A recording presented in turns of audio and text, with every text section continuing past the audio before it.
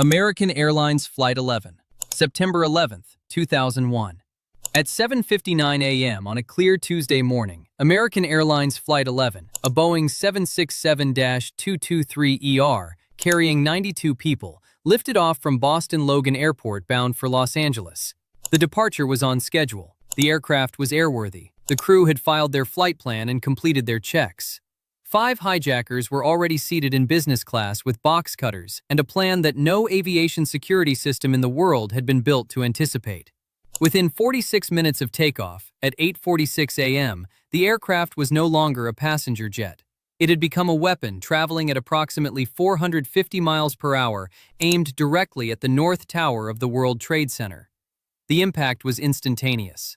All 92 people on board died in the first second. But the destruction did not stop at the fuselage. The strike occurred between the 93rd and 99th floors of the North Tower, severing every stairwell above the impact zone. More than 1,300 people were trapped, with no path to the ground and no rescue that could reach them. Nearly 3,000 people would die across all 4 hijacked flights and the coordinated attacks that followed across New York and Washington.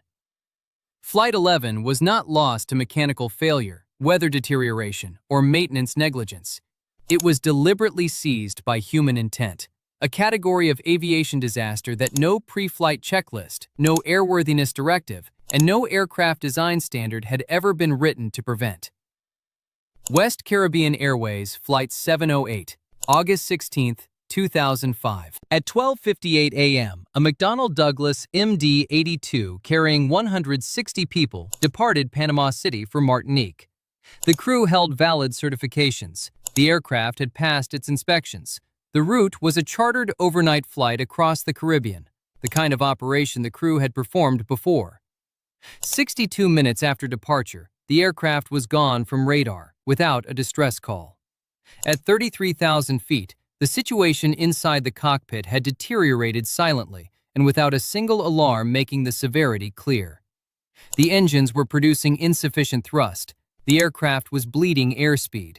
The angle of attack was climbing toward a critical threshold.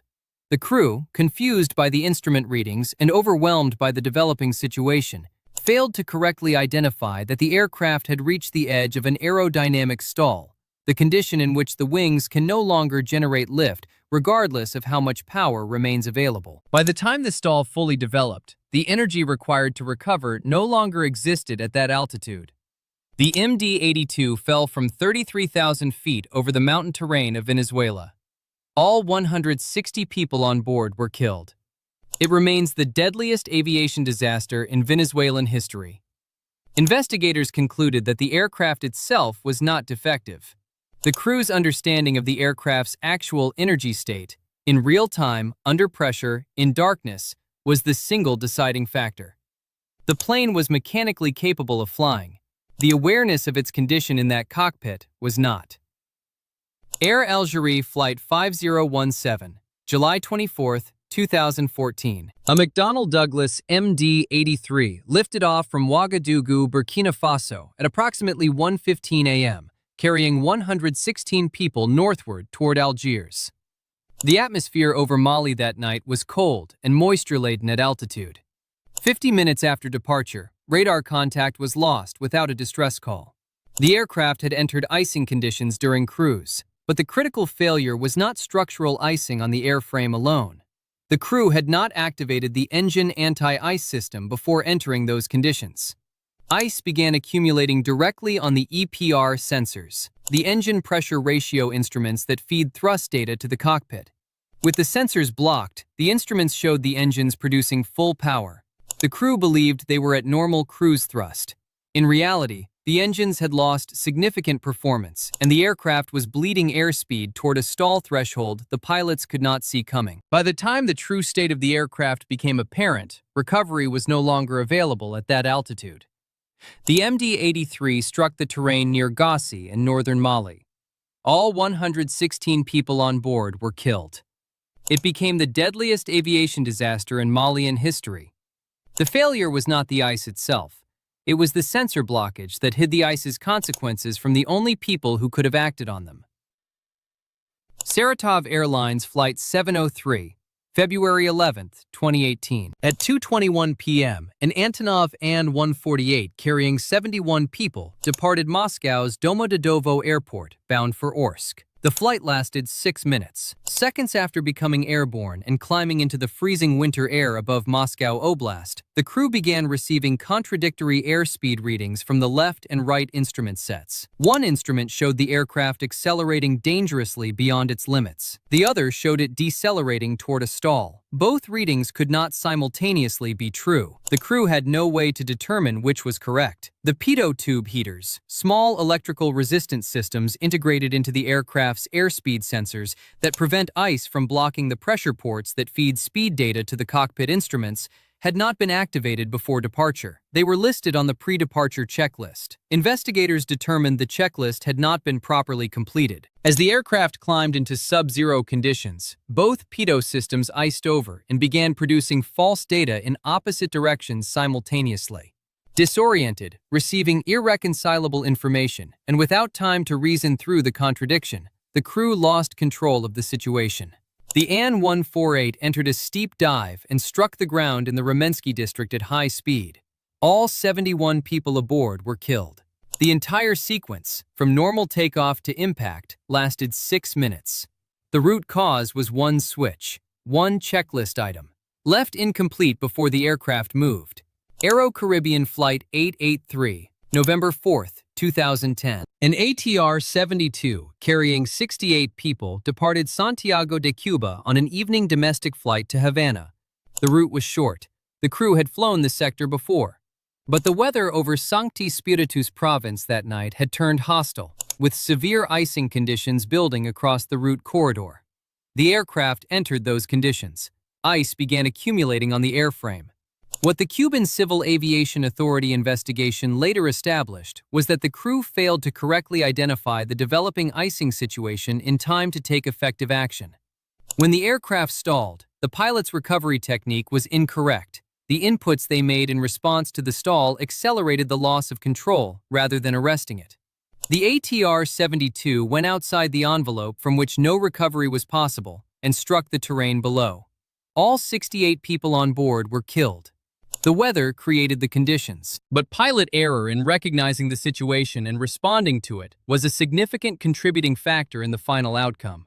The storm did not act alone. Air Ontario Flight 1363, March 10, 1989. At Dryden Airport in Northern Ontario, a Fokker F-28 fellowship carrying 69 people sat on the ramp in the middle of a deteriorating winter afternoon. Snow was falling steadily. Ice was visibly accumulating across the wing surfaces while the passengers finished boarding. Dryden Airport had no de-icing equipment available that day. The ground crew had no capability to treat the aircraft before departure. The captain was aware of the contamination. Canadian aviation regulations in 1989 contained ambiguities in their icing provisions that left the final departure judgment largely to the individual captain's discretion, rather than establishing a hard, mandatory abort threshold. At 12:09 p.m., with contamination on the wings that had been acknowledged and accepted, the aircraft began its takeoff roll. Within seconds of liftoff, the plane could not climb. The ice layer across the wing surfaces had disrupted the boundary layer airflow that generates lift, reducing the wing's performance far below what the aircraft needed to climb safely away from the runway.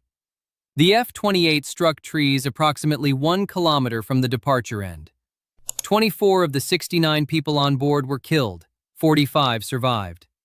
The crash became one of the most consequential accidents in Canadian aviation history, forcing a complete legislative overhaul of ground contamination procedures, mandatory de-icing requirements under defined conditions, and the elimination of the regulatory ambiguities that had left the decision in a single captain's hands. The ice was on the wing at the gate. It was visible in daylight from the ground. The crash did not require investigation to discover the contamination. It was there before the engines started. China Eastern Airlines Flight 5210, November 21, 2004. At 8:21 a.m., a Bombardier CRJ-200 carrying 53 people lifted off from Baotou Airport in Inner Mongolia. Within seconds of becoming airborne, the pilots transmitted that something was seriously wrong. The aircraft stalled almost immediately after liftoff, rolled hard to the left, and crashed into a frozen lake and the park area immediately adjacent to the airfield. All 53 people on board were killed. 2 people on the ground died as well. The aircraft had been parked overnight at Baotou in freezing temperatures. Frost and ice had formed across the wing surfaces during the night.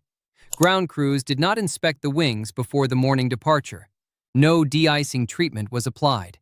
When the aircraft rotated and the wings were called upon to generate the lift needed to climb, the contamination across the surface disrupted the airflow completely. The aerodynamic penalty was total. The aircraft had no lift margin available to recover. Less than 60 seconds after wheels left the runway, the flight was over. Investigators found the contamination evidence at the crash site. It had not been hidden beneath an access panel or concealed inside a structural cavity. It had been on the outer surface of the wing, visible in morning light to any person standing beside the aircraft. No one had stood there and looked carefully enough before clearing the flight for departure. Iran Air Flight 277, January 9, 2011. A Boeing 727 carrying 105 people departed Tehran on a Sunday evening domestic flight to Urmia in severe winter conditions. Heavy snow had reduced visibility near Urmia Airport to dangerous levels by the time the aircraft arrived. The crew flew the first approach. It became unstable, and they correctly executed a go-around, climbing away from the runway to attempt the procedure again. It was during that go-around that the disaster occurred. As the aircraft climbed away in heavy snow and severe icing conditions, the engines failed to respond with the thrust needed to sustain the climb. Airspeed decayed. The aircraft, now low and slow in conditions that had already made one approach unworkable, could not maintain altitude. It struck the ground before a second approach could ever begin. 77 people were killed. 28 survived. The go-around, the procedure designed to save the aircraft from a bad approach, became the moment the situation became unrecoverable. Investigators cited deteriorating weather, icing, and crew decision-making as the contributing factors. The crew made the right call abandoning the first approach. What the conditions did not permit was a safe execution of what came next. Sol Líneas Aéreas Flight 5428, May 18, 2011. A Saab 340 carrying 22 people departed Neuquén Airport, bound for Comodoro Rivadavia across the flat, exposed Patagonian plateau of Argentina. During the cruise phase, the aircraft encountered severe icing conditions along the route. Ice began accumulating on the airframe at a rate that exceeded what the onboard de-icing systems were capable of clearing. The pilots recognized the danger. The cockpit voice recorder captured the progression clearly, measured concern becoming active alarm as the situation deteriorated and the options narrowed. The aircraft's aerodynamic performance degraded steadily as the ice load increased across the wings and control surfaces. Lift fell below the threshold needed to maintain altitude. The plane entered a descent that the crew could not arrest and struck the ground near Prahuaniyu in Rio Negro province. All 22 people on board were killed. The recording preserved the final minutes of a crew that understood exactly what was happening to their aircraft and worked every available option until altitude ran out beneath them. It became one of the most devastating regional aviation disasters in Argentine history and a defining case study in the specific vulnerability of smaller turboprop aircraft to severe icing. Where structural margins are narrower, available de-icing capacity is more limited, and the distance between controlled flight and unrecoverable stall is shorter than on larger commercial jets.